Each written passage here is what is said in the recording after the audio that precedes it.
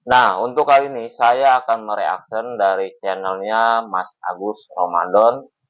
Itu masih teman saya juga. Mungkin dari kalian yang ada permasalahan tentang ban bisa datangi juga bengkelnya. Itu daerah Salatiga ya, yaitu di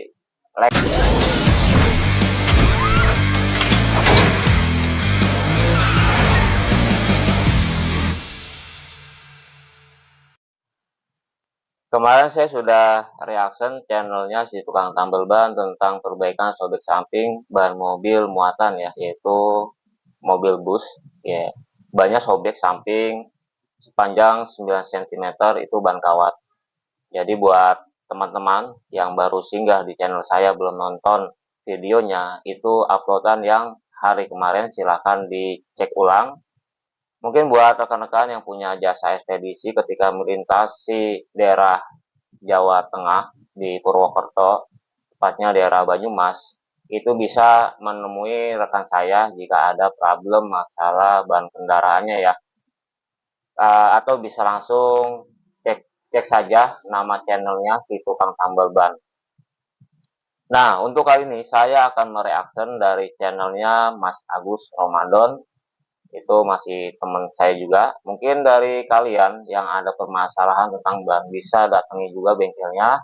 Itu daerah Salatiga ya, yaitu di Tambel Ban Lekong gitu di Google Map-nya. Oke, videonya seperti apa kita tonton saja. Ini masih berkaitan dengan tambal ban tip top. Assalamualaikum, selamat datang di channel Agus Ramadan. Kali ini saya ingin memperbaiki ban dengan gagal tubeless, dilakukan penambalan menggunakan serat tubeless ya, yang mana pada posisi sambungan antara sidewall dengan tread wall ya. Jadi batas antara bagian ban samping dan tapak. Jadi sebagai informasi, pada bagian tersebut memang rentan terhadap Penyakit. melakukannya penambalan Oh, kirain terhadap penyakit. yang juga berbahaya, bisa terjadi robekan yang panjang. Ya, memang untuk bahan mobil ya, bahan mobil jenis tubeless, ini kalau bocor di bagian bahu ban ya, ini Mas Agus Ramadan menyebutkan tuh antara sidewall dan tread wall ya. Tread bagian tapak, sidewall di samping. Jadi bocornya itu di bagian sudut ban. Itu memang ketika dia bocor lalu emergensi ditambal tubeless itu biasanya umur tambelannya itu nggak akan lama. Jadi kalau rekan-rekan itu bocor di bagian sudut, nggak mau repot nanti bocor lagi, ya boleh lah ya sementara ditambal tubeless dulu karena emergensi, nanti kalau ada waktu luang baru ditambal tip top. Karena untuk mengerjakan tambal tip top itu kan memakan waktu lumayan agak lama ya ketimbang tambal tubeless yang sat set cuman 10 menit itu selesai. Oke, lanjut. Nah, jadi ini awalnya pemilik ban menginginkan dikasih ban dalam ya. Dan setelah kami berikan edukasi bahwasanya ban dengan kasus tersebut bisa dilakukan penambalan dari dalam yang tentunya sangat aman dan awet, yaitu dilakukan penambalan menggunakan CRP 12. Kemudian kita Oke, di sini Mas Agus sedang membongkar ban mobil ya. Ini kayaknya sih ban mobil ring 17 gitu ya. 17 atau 16. Itu ukuran Pajero, mungkin Pajero yang tahun-tahun 2015-an gitu ya. Itu lumayan besar menggunakan ini masih satu brand ya, satu merek sama Mas Ajis kemarin itu bahan tambal tip-topnya itu merek Despet. Jadi antara kemarin tuh Mas Ajis menggunakan CRP 42 ya, yang video saya kemarin. Nah, sedangkan ini Mas Agus Ramadan menggunakan CRP 12. Oke, untuk penggunaan material bahan yang dipakai masing-masing tukang tambal ban atau mekanik ban, itu memang setiap material bahan yang dipakai kan saya sudah pernah jelaskan ya. Jadi untuk kerusakan segini nanti pakainya yang sekian gitu. Jadi agak lebar lagi. Nah, itu mempengaruhi dengan harga tarifnya yang berbeda-beda. Misalnya nih, ban mobil pribadi ini kan bekas tambelan cacing ya, bocor. Itu kemungkinan setengah ruas jari ya perkiraan. Seandainya menggunakan CRP 42 apakah bisa? Bisa tetap, tapi ya harganya apakah masuk? Karena untuk ban mobil bis yang kemarin itu menggunakan CRP 42 itu kemungkinan estimasi harga jasanya itu kisaran 250.000 begitu. Jadi kenapa Mas Agus Ramadan ini menentukan menggunakan CRP 12 gitu. Jadi dengan CRP 12 itu udah bisa membackup bekas tambelan bekas lubang yang bocor bekas tambelan tublesnya ya. Oke, dilanjut. Langsung saja lepas ya yang sebelumnya dilakukan pengepresan tadi di muka, dilakukan pengepresan menggunakan alat pres pneumatik atau orang sering menyebutnya pres hidrolik ya, atau saya sering menyebutnya dengan pres klasik. Tapi sebetulnya ini pneumatik karena bertenaga angin. Kemudian ini alat untuk membuka dan memasang ban kami menggunakan air changer manual produksi dari UTP air changer Jombang. Air changer Jombang. Alhamdulillah dengan alat ini Alhamdulillah. Kami kecil ya, jadi dengan alat ini pun sudah sangat membantu. Ya, dengan alat air changer manual ini harganya murah ya, saya bilang murah. Terus pengoperasiannya juga itu simple, perawatannya juga simple ya. Estimasi harga ini kisaran 7 juta. Kalau misalnya yang bukaan ban otomatis itu merek-merek Cina itu biasanya dibanderol harga kisaran 15 juta. Kalau yang mau agak bagus lagi, awet ya kisaran 20 juta. Ada merek Jerman, Italia nyampe 30 juta, tergantung dari spesifikasi dari alat-alatnya masing-masing ya. Dengan menggunakan alat bukaan ban yang manual ini ya, ini tenaga pecel lele. Jadi kalau habis makan nih, makan pecel lele sebungkus, pakai ini tuh nanti ini lapar lagi gitu. Oke, lanjut. Jadi ini manual tanpa adanya listrik dan juga angin. Kemudian ini adalah serat tubles yang dilakukan penambalan. Ternyata ini sudah ada beberapa kali upaya untuk menambal ya, jadi ada seratnya double-double. Kemudian kita cabut ya, kami cabut menggunakan tang ya, cukup sulit juga untuk cabutnya. Jadi karena ada beberapa ya, 2 atau 3 ya ini ya, double sepertinya, cukup banyak juga. Alhasil bannya nyomplong atau bolongnya seperti ini ya. Nyomplong dari serat tubles. nyomplong melompong ya, mangap kayak orang lapar gitu. Oke, memang kalau tambelan tubles ketika dilakukan 2 kali atau 3 kali di lubang yang sama itu sudah pasti terjadi pelebaran gitu ya. Karena mungkin ketika tambelan pertama nih bocornya juga di bagian sudut ya, nggak kuat ya. Nah, mungkin bocor awalnya itu kecil, kayak misalnya kena paku. Begitu jarak sebulan, bocor lagi ya, bocornya halus gitu kan. Bocornya halus, ditubles lagi, itu makin lebar gitu. Memang betul, selagi ban ini masih difungsikan menggunakan tubles tanpa harus menggunakan ban dalam, karena ada solusi bisa ditambal tip top, saya sih lebih worth it ya, lebih worth it menggunakan tambal tip top supaya ban tublesnya tetap masih dipakai digunakan tiap hari. Nah, karena kalau ketika nanti dipakai ban dalam itu kan repot sekali ya. Sekali kena bocor paku kecil itu udah anginnya langsung habis.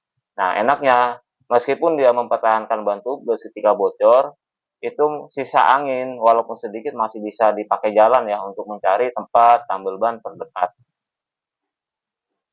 Jadi untuk penambalan menggunakan serat tubles kami anjurkan untuk bagian treat saja ya atau bagian tapak saja di mana di situ terdapat rajutan kawat. Untuk bagian samping pada ban-ban radial hanya memiliki rajutan nilon atau benang. Ya, memang betul. Untuk bocor di bagian tapak itu memang tidak apa-apa untuk dilakukan penambalan tubles atau penambalan cacing ya.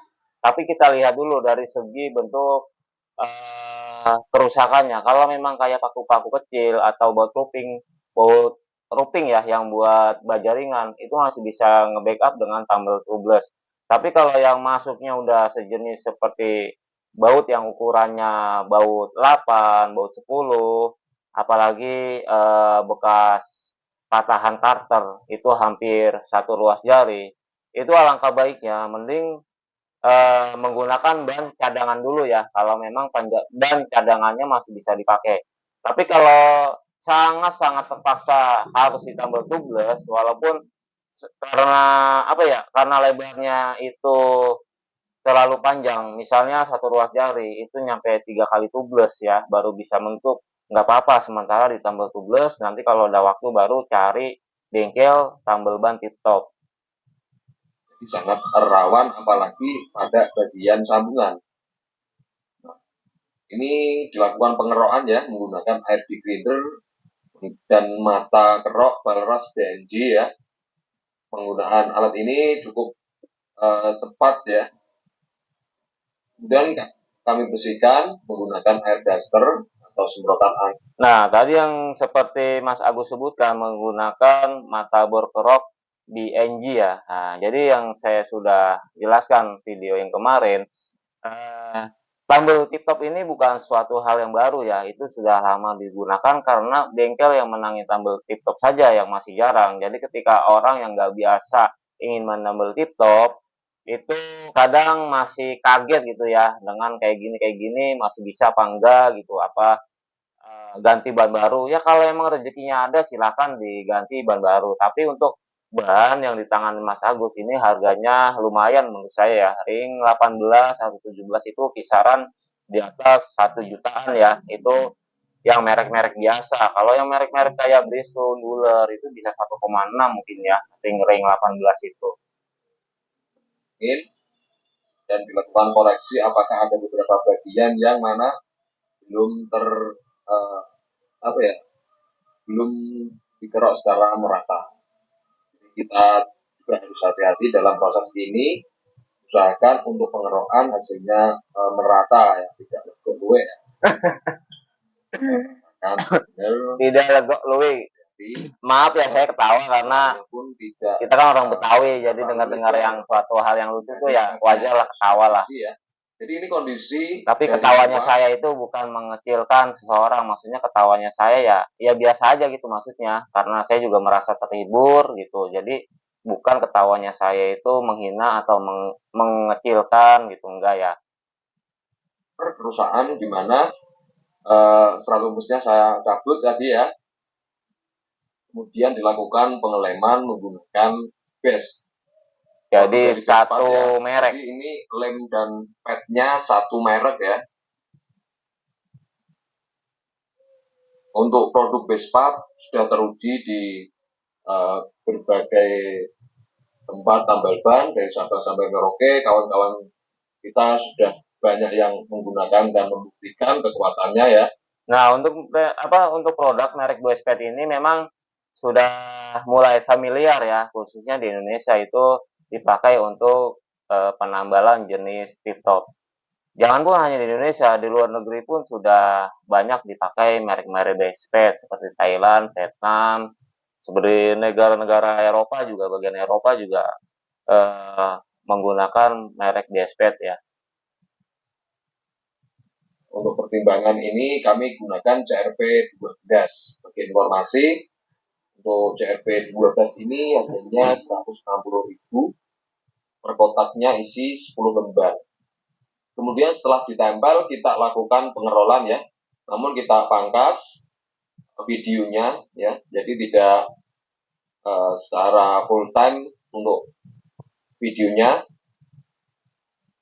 Nah, ini setelah diambil plastiknya dari pad, kemudian pada bagian luar yang terlihat nyomplong itu tadi kita isi dengan serbuk bekas kerokan dari ban ya, kemudian dilebur menggunakan lem Cina ya, lem setan. Langsung kita pasang ya. Ini cukup mudah untuk ban-ban seperti ini. Ya, karena masih ban standar. Baru, terima kasih BJT Multi, BJT Tire Changer ya, dengan produknya membantu kami tambal ban bisa menjadi ringan pekerjaannya, ya. Dan juga tentunya velg aman, ban aman ya. Velg aman, ban aman ya, kagak dicuri orang, nggak diambil orang gitu. Karena masih dipegang sama tukang tambal bannya. Oke, lanjut. Proses membuka dan memasang ban mobil maupun motor bisa dilakukan dengan aman. Oke, jadi velg ini nggak, Kemudian proses pengisian angin. jadi meskipun manual, tapi ini semi ya, seperti tire changer otomatis, jadi nggak bikin khawatir velgnya itu lecet, nggak bikin khawatir ban di bagian heelnya itu jadi sobek. Lepas pentilnya, kemudian pakai air duster untuk menembak agar heel cepat ngenok atau ngancing ya pada bibir velg. Usahakan angin di atas 100 PSI agar lebih mempermudah proses pengisian angin.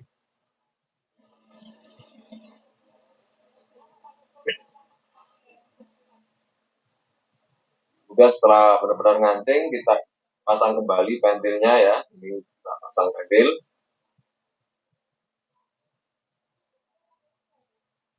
Juga dilakukan pengukuran tekanan menggunakan air cup.